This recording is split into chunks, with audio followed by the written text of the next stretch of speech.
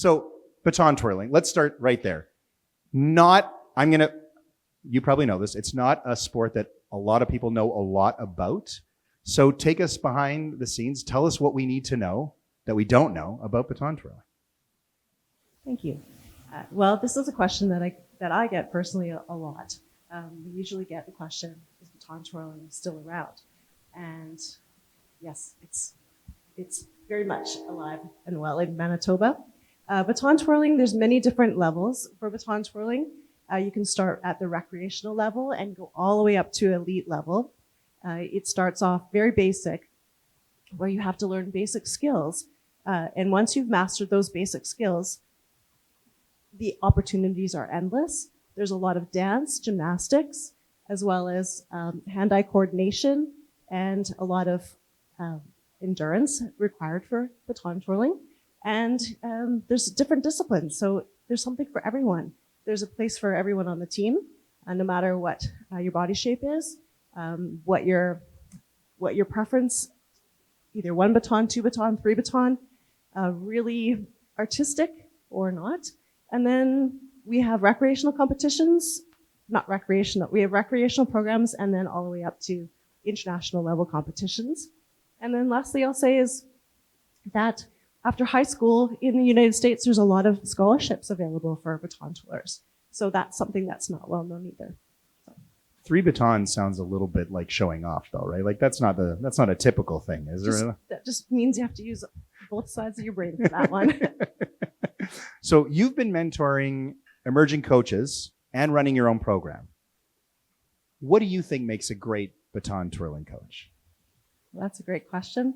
Besides the technical aspect and learning how to break down the skills for the athletes, I think just having a really good, healthy, inclusive gym for them to come to and be part of a team, I think that's really important. Realizing that you need to be organized, but also being able to be flexible and shift if it's needed, and just knowing that all of your athletes come from different backgrounds, and they might be dealing with something different than the other athlete beside them in the gym. So just knowing those kinds of things is really important, and knowing that you're taking care of those in your charge, really, as a coach. And just remembering that as a coach, you're also a role model, so what you do matters. So, and just remembering in the long run why you're in the gym. You're there for the kids or the athletes. This past year, we mentioned, I'll say it again, 4 athletes on the podium, 7 medals in a single season. A remarkable result. Do you have a moment from this past competitive year you're most proud of, and maybe why?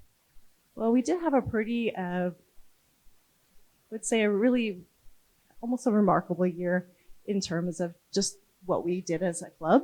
We had a lot of outreach events and a lot of team building events, and they were able to travel a lot. But I would say there's 2 particularly.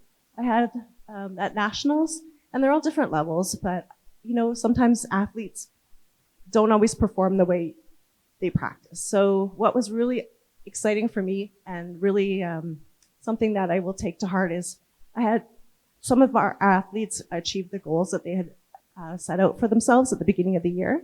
And I had one athlete who's actually here tonight, and she just performed just as she practiced, and she ending up on the podium multiple times. And it was just fabulous to see kind of the breakthrough that came from that moment. And so that's one thing that I'll always take away, because I've been with her for many years. Okay, last one. You brought baton twirling into newcomer programs we were mentioning, spaces like the St. Amant Free, the Spirit Festival. Can you tell us about a moment where sport really opened a door for someone who wouldn't have had that experience otherwise? I can tell you many from our experience, because we actually started, it was a grant from Sport Manitoba that we started. We did a newcomer program, and we did it for the Ukrainian newcomers, and then we ended up having a lot of the newcomers join us.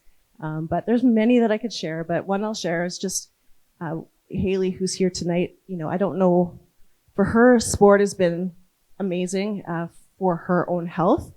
She joined us, and it just helped. She was a very sick young lady when she joined our club. This was many years ago when I was at a different location, but she joined, and from without Baton, I don't think that she'd be thriving the way she does now. So now she's a coach. She's traveled internationally for competitions. She set goals. She's in university, but it's been a really long road for her. So I think without baton twirling, I'm not too sure where her life would be. Wonderful. Thank you again, and a huge congratulations Thank you so much, everyone. to Tammy, Coach of the Year.